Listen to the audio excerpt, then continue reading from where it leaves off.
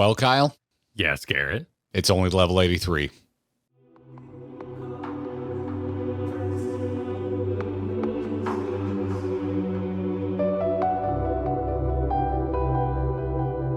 Lord Quintus!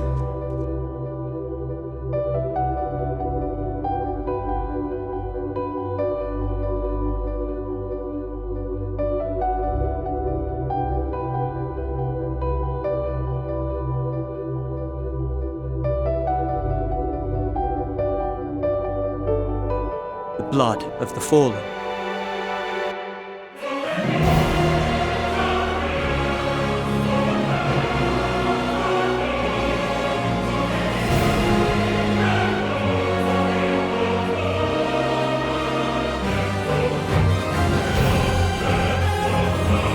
Here, have a taste before it gets cold.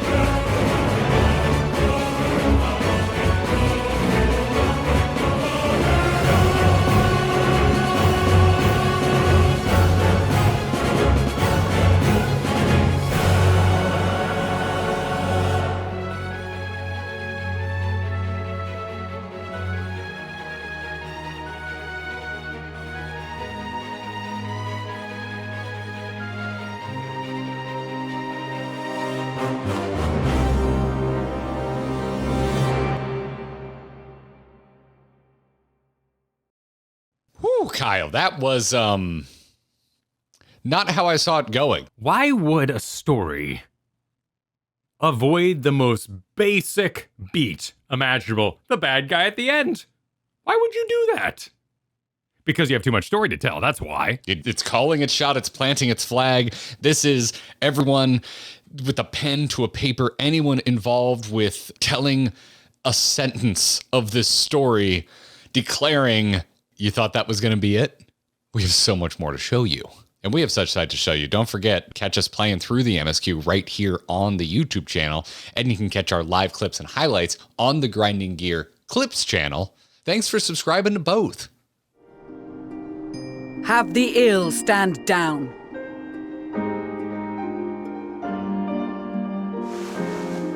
You have been listening, my lord? What are your orders?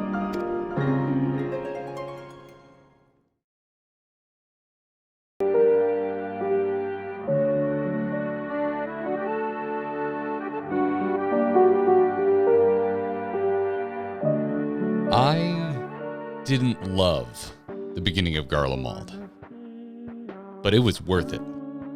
This went places. It was cold. It was lonely. It embodied so many themes. You can't mention embodied this early in the video because I'm going to want to make an immediate segue to Fandaniel. Because he got bodied? He quite literally embodied Zodiark.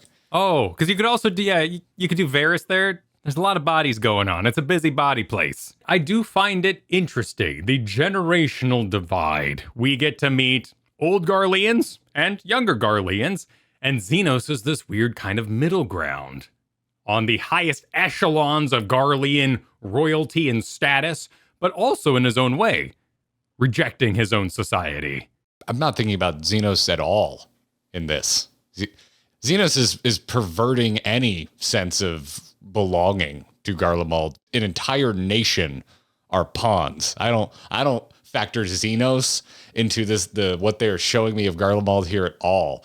If anything, it's the opposite. It is making Zenos's actions the most disgusting they could be.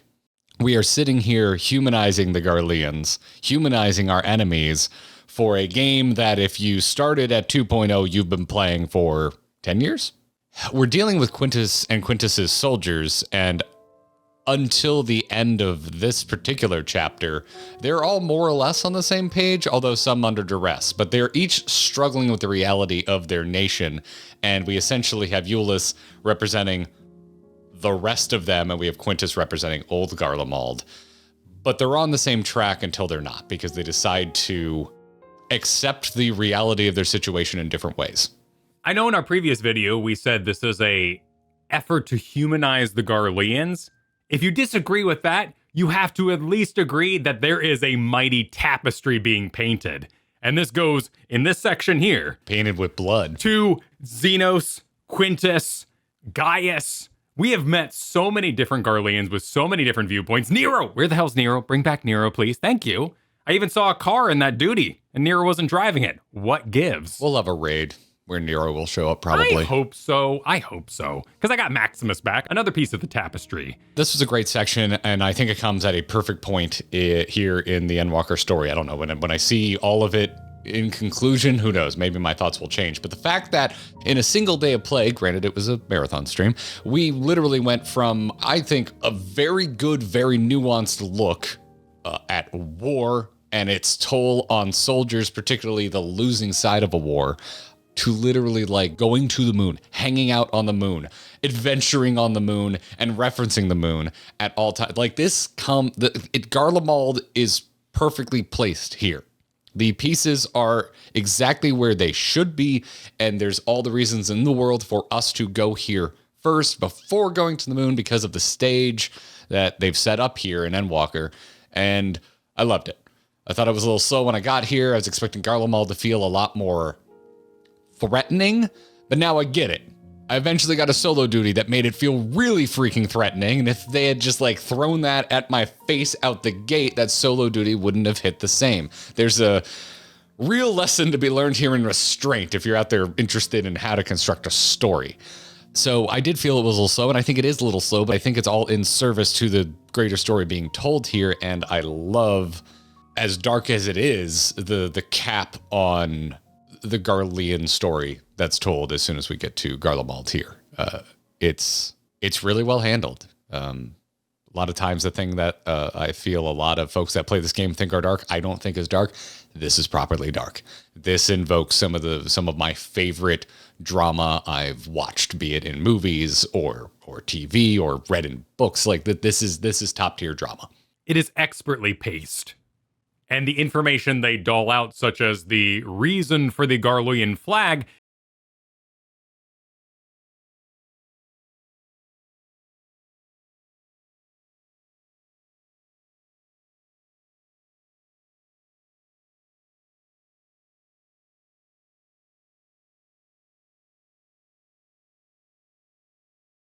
becomes important very quickly afterwards. They aren't mincing words, and they aren't wasting your time. And everything is building to going to your buddy's house and seeing what happened to his family. Yeah, we get Euless's tragic backstory, which plays off of a zombie trope that I love. You know, having to contend with your family turning. And not only do you have an entire world of magic people outside who don't have to deal with this sort of trouble that Garlemald as a nation sits in, of course you don't want to question what you did back then. You don't want to think about how flying pigs could come in and make it all better. That doesn't make you feel great. So you're going to fight against that. And for folks like Quintus, who represents the older generation, it's all you've known. You're not gonna just accept this. You're not just gonna lay down and be like, "Yo, yeah, cool. I totally believe you and everything that you're saying. Let me just roll out the red carpet for you." Of course, that's not how it's gonna go down. It's a classic literary device where a character can't exist in the new world. In whatever's being built, they don't have a place in it. The writing here does a great job of humanizing Quintus.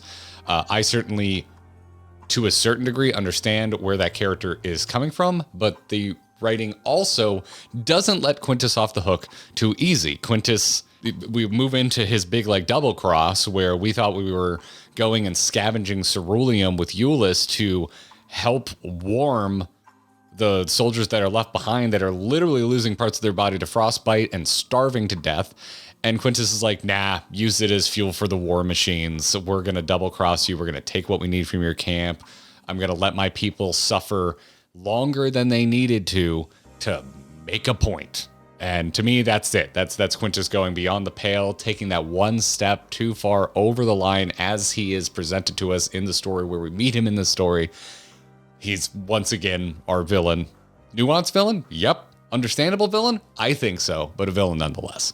Oh yeah, he's a bastard. He abandoned his men. At the end of the day, he abandoned them. I think there's differing opinions on this. I think that was him being the best we've seen him. I think it's the best thing Quintus has done. Relieve them of duty. Absolutely. Can't take it that way. Absolutely. But Varys didn't get that chance. Varys gets cut down, and then evil forces use that to their advantage. Had Varys had a chance to tell Garlemald, free yourselves, get out of here, the ship is going down, would everyone have believed him and done that? No, but some would have. A lot of lives potentially could have been saved, and I think Quintus saved lives here. It's all fiction, but I like reading into fictional characters.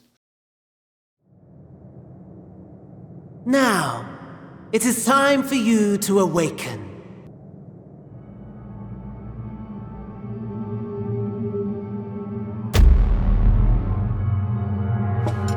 Good morrow to you. Here, have a taste before it gets cold. And then we get a restful supper, right? Just a restful supper. Nothing happens. Y'shtola asking us if we want to sit down for a supper is the biggest lie this game has ever told us. Is the biggest misdirection. Is it though? Because we did sit down for supper. Not like that. Not like that. Y'shtola giving spoilers here. I think this was my favorite. If we were to tier all the campfire scenes, this was the most tearful for me. I love a good sense of belonging. I love Hercules.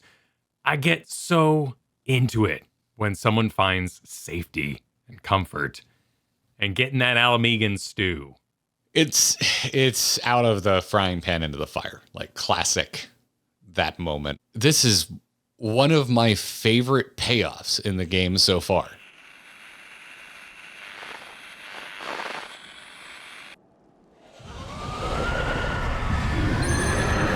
The roar coming from the tower, your lovely soup scene being tragically cut short as Eulis and the rest of the, I guess now Garlean refugees get tempered. I'm so happy he made it, but man, just one line of being like, yeah, Eulis is okay. Don't worry about that right now. Wasn't enough. Let me see him. Let me know he's okay. It is a miracle we were able to restrain the tempered without suffering casualties. You don't spend that much time on a character and kill them off screen unless you're No Country for Old Men. Yeah, I'm with you. I was a little bit worried. Oh, but be sure to remove your helmet. Take a moment, too, to familiarize yourself with that borrowed flesh. The dinner with Zenos and Fandaniel scene, dude. Like, I don't think I've ever struggled on one of these videos to like come up with anything of substance to say, because I just loved it. This was wonderful. As a #1 villain fan here at Grinding Gear,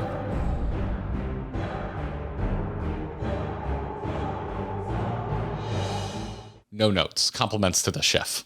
Tonight is the night. There are so many reasons to love this. First of all, the fan service of it all. Who doesn't want to have dinner with Zenos? A menacing meal across the long Batman table. This entire video is like gonna be me talking about everything I learned to love that at one point annoyed me. Like Quintus, wonderful place where it ended in terms of storytelling. Fandaniel wanted to just knock his teeth out. The first scene we ever saw him. By the end of all of this, I'm jumping ahead a little bit here, but my ending thoughts on Fandaniel and Amon are wonderful. I think I like him better than Elidibus. He didn't overstay his welcome, and that's part of the many pieces going on here. We have this fabulous, what we now know is one of the final scenes with him, where we get to enjoy all the theater kid energy he could possibly muster, being our butler. The tuxedo! Yeah, and it's a very unique tuxedo, so hey, FanFest costume coming 2 years from now. I love this, but I love it on an even deeper level, because here we're in an MMO. There are going to be restrictions. There's going to have to be excuses for playing together. Trials, dungeons, all that sort of thing. And here's a fascinating puzzle. How do you have dinner with Zenos? And how do you have him take over your body? Where do you go? What model did they give you? What does Zenos look like when he smiles as a Lalafell? They found a way to do all of this inside their game engine. I mean, it's a corporation. You know, hopefully they have enough money to actually tell their story. But I just mean in the engine itself, the pieces they played with here and using your character so effectively. This is in my top 5 RPG moments ever. And I've played games that can be way more dynamic because they're not server-based, 12 years old. And from a writing perspective, you have all these little toys and pieces that you're moving about. You have blocking, craftsmanship, cinematography going on. But then working in top of that, the game has to function. It has to be readable. The puppet Garlean soldier here is so fascinating. What a cool idea. And then what do you want to see? What do you want to see in this moment? You want to see yourself right over there. Where is your body? It's sitting in a damn throne for Zenos to occupy. My brain was going a mile a minute. Like if you go back and watch us like during the stream, in my head, in my memory, this is like the most I've ever like just blurted out thoughts over the cutscene in real time. I don't know if I actually did or not, but like I know I mentioned something. Like at first I thought Zenos was gonna put us in the Elysian body that he was running around in. Like at first I'm like, oh wait, is that his body? It's gonna be like we're gonna take the helmet, but I guess it made more sense that it was Garlean armor. But I was like, oh, Zenos gonna put us in the body that he used. He's gonna use our body to fight his whole body. I'm like, and then like immediately I was like, right about the time I thought, no, that's too convoluted. It became clear what was actually happening. And there's a very good reason it's a Garlean soldier. It's about perspective. And the amount of perspective that duty gives on the back end is huge. Well, the everything leading up to this point, from the second we step into Garlemald until this dinner with Zenos, the story is trying to say, hey, walk a mile in the Garlean shoes, and then they go and literally put us in the Garlean shoes. Quite literally, as literal as it can be. Borrowed flesh, as Van Daniel puts it. And they suck. They do. They kind of suck. They are level 1 paladins, and it blows. But in perspective, you feel that power of something like the Magitech. Force of numbers, fighting those bears and that Yeti. I love this call. I love Stormblood, dude. Like, the further we get away from it, the more love that grows in my heart for Stormblood. And I love that they call back to the mad scientist that we fight in Alamigo. Initiate soul extraction. Success. And their mind jack technology, as referred to it by Van Daniel, which I love. I'm like, I'm playing Cyberpunk. That seems just a hair. It seems like a hair out of universe for me. For Van Daniel to say mind jack. Mind jack technology. I mean, they do play video games. Did you know that video game devs play video games? And also, like, we immediately get our Varys theory confirmed because the monster inside the Tower of Babel roars and Van Daniel looks to the door and refers to him as Daddy. Oh my! Daddy is pleased his grumpy little boy has finally found his playmate. Yeah, we get all of our Varys theory confirmed, essentially. Like, Van Daniel doesn't go as far as to say we dismembered him and put a part of him in every single tower, but refers to the towers around the world as an extension of Anima itself, after having already explained that the Garleans' faith in their emperor was quite literally channeled through Varys' corpse. So if the towers are extensions of Anima itself, and Anima is quite literally made from Varys' corpse, and Y'shtola on arm, Illuminati confirmed. Varys got chopped up Dexter style and thrown around the world. There it is. What a fabulous model. And you know what my favorite thing about the power of friendship is? When your friends are actually powerful. Aye, 'twould appear so. Thou art struggling to perceive his presence. Yet again, this story chooses to dodge the waste of time that could be in the room. Zenos messing things up. Our friends that we have quested with for so long, not picking up on the subtlety. But it's immediate, and extra props for not just giving it to Y'shtola this time. I want to make sure I understand what you're complimenting here. Because, Kyle, I don't know if you are aware of this. Fast and the Furious made an entire movie. They filled more than 2 hours with the completely absurd notion that the crew, the quote unquote family in Fast and the Furious, would actually think for 1 second that Dominic Toretto became a bad guy, turned his back on his family. That's the plot of an entire Fast and the Furious film.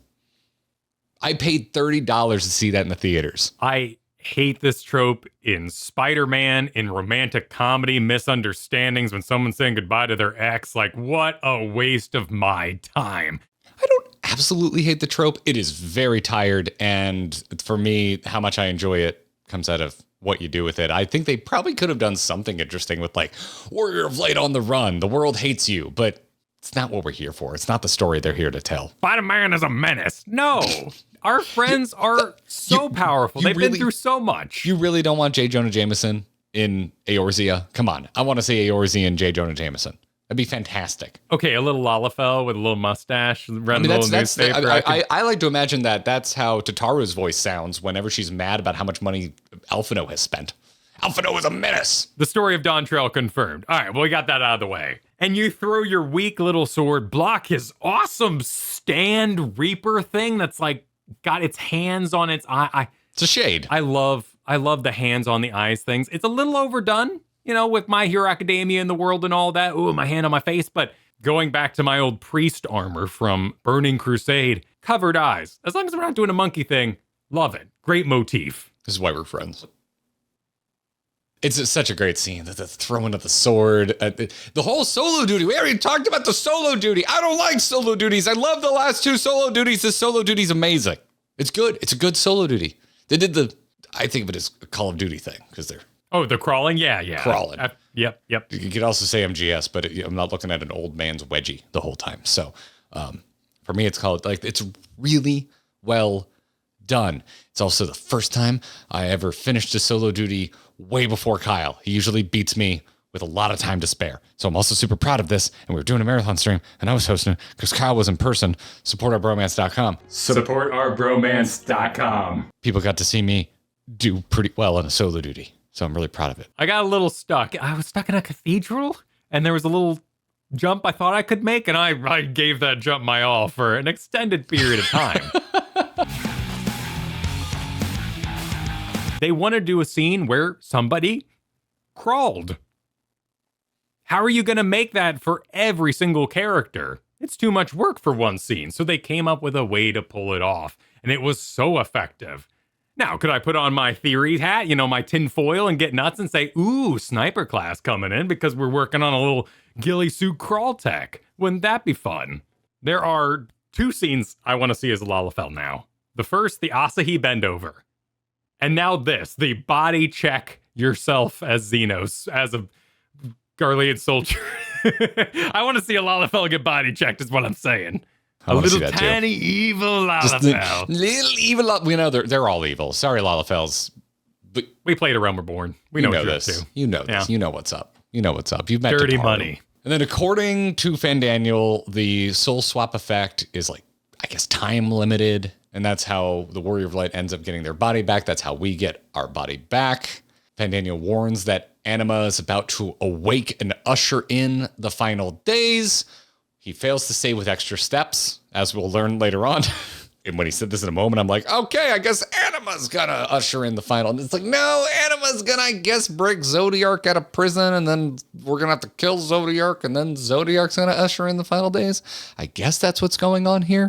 So I guess he wouldn't be the battery, because that'd be the souls and the ether. He'd be the conduit. So he is ushering. Yeah, ushering's the right word. Anima was just an overly elaborate way to like shoot an ether laser at the Zodiark prison on the moon. Like so quick. All these things that could have like been their own expansions worth of a threat. Zenos stealing our body.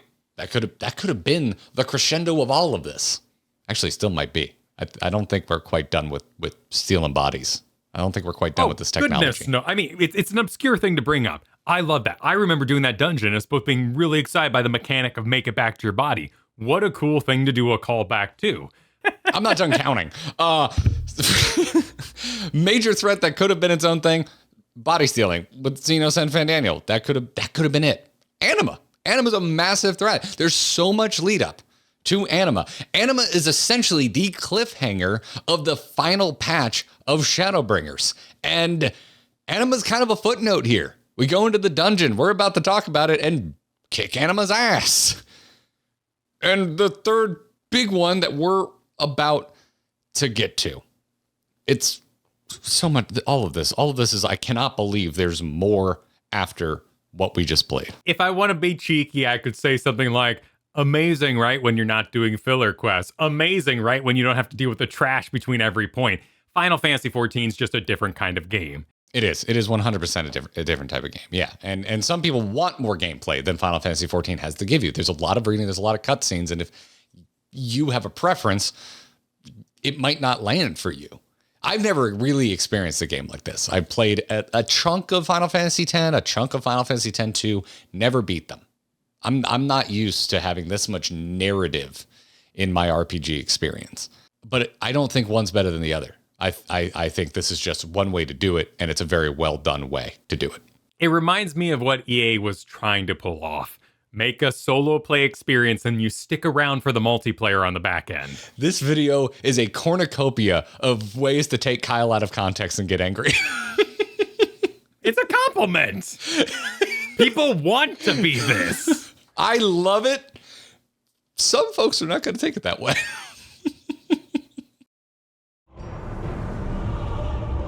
The gods themselves will be my meal.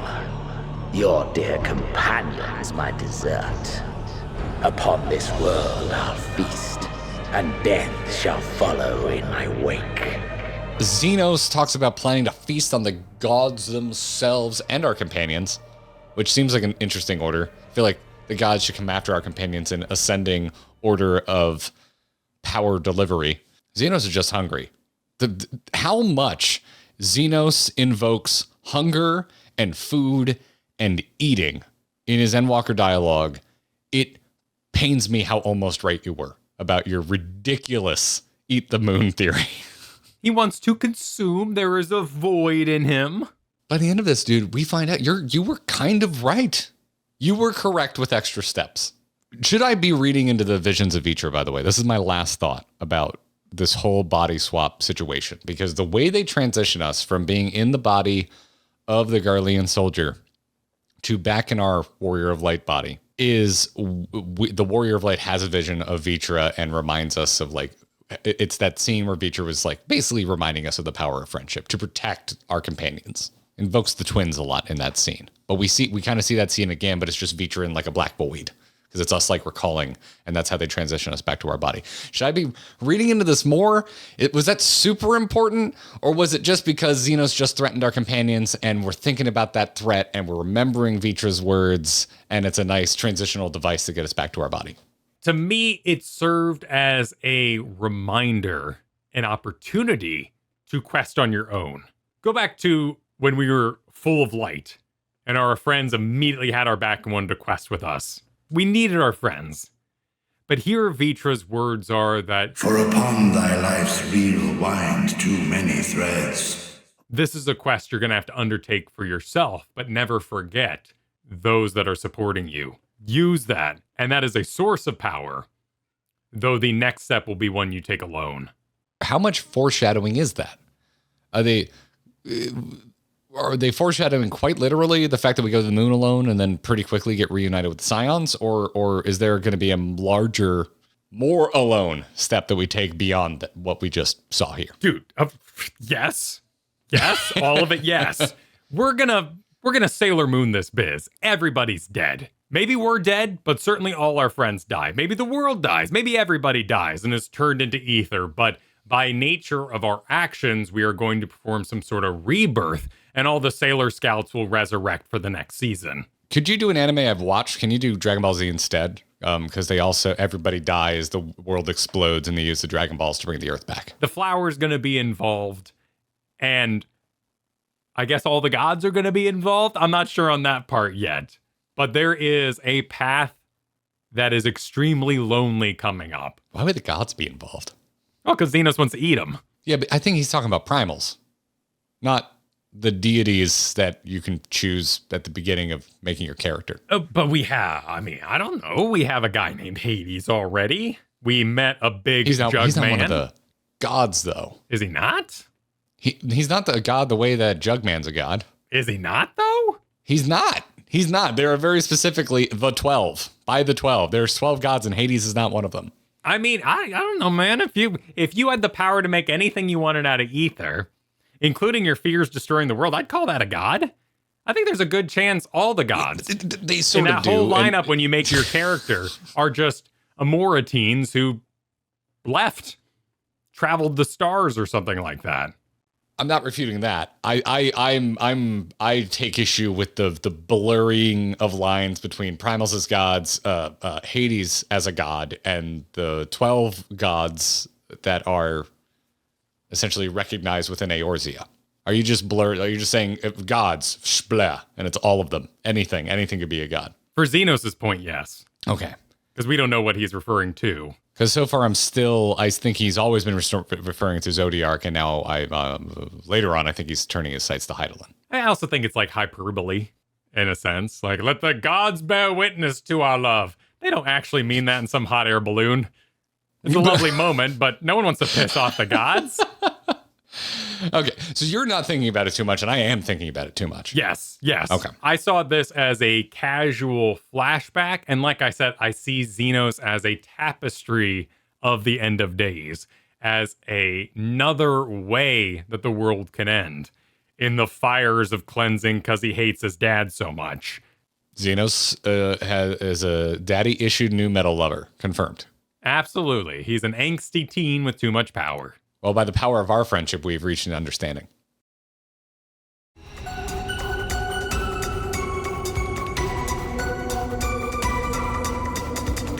I cannot believe I'm going to sum up the Tower of Babel by saying, we make our way through it, and we defeat Anima. But that's basically what happens. You could also sum it up as a better Zot. That wouldn't be hard. Zot had to walk so Tower of Babel could fly, right? You wouldn't want it to be better than your big fake climax that you're gonna pull later on. So you had to be reserved. Tower of Zot had to Final Fantasy IV reference so that Tower of Babel could shoot us to the moon. Well, and could Final Fantasy X reference? I was having a weird moment in there. I beat Final Fantasy X, but it was when I was 16, and I remember like Kiss on the Lake, Daddy Issues, Healing the Dragon, and Blitzball. I didn't really recall much else, so this Visage of Anima was badass. Is it a reference? Apparently. Have I seen it before? Apparently. But just the chains and the hands and the flesh growing over a face and the teeth. Like, it didn't even look like Varys. This thing's awesome. What a model. Totally worked for me, and I didn't recognize it. Anyway, so we defeat Anima. Fantastic boss fight. Fantastic dungeon.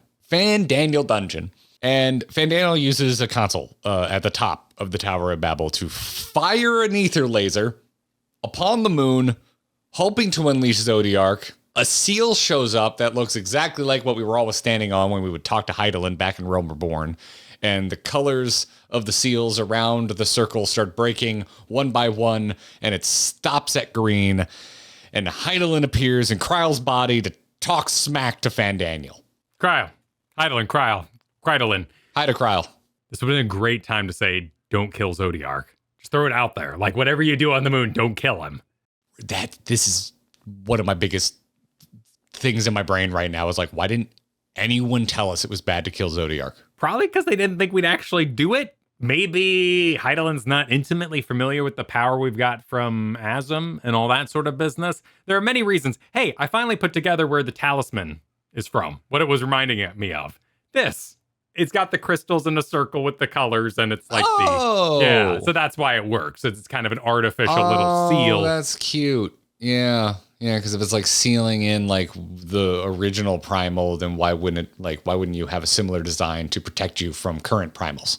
You mentioned, are we done with body swapping and mind jacking? No, we fight a Frankenstein's monster. Well, that'll happen, right? I mean, the Garleans love making motorcycles out of people, but we also fight a rather cognitive robot which to me says you can implant a brain inside a Garlean robot. So we are not done. This is ongoing lore that we can use. I don't think Zenos has so much tech at his disposal anymore because I think the Scions went back and dealt with the tempered Garleans. Zenos is out of lackeys.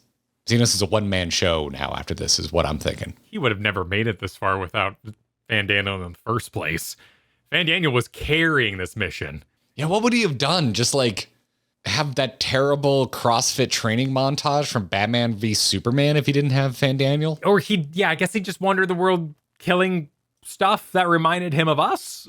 Like some sort of insane breakup. Van Daniel's done all the lifting here. He's the elegant expert, so of course he's the one who's built this tower and knows how to run it, so when he's clacking away on the keys, it's no big surprise that Wizard Man knows how to use technology. Well done. Good working in that.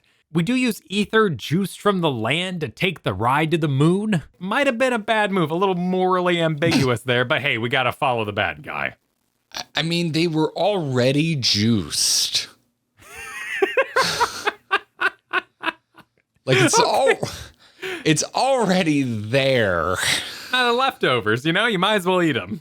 Yeah, like if you're against meat, like I mean, if the animal's Look, already the meat's dead. already cooked. I don't think that's how it works. No, The meat's already cooked.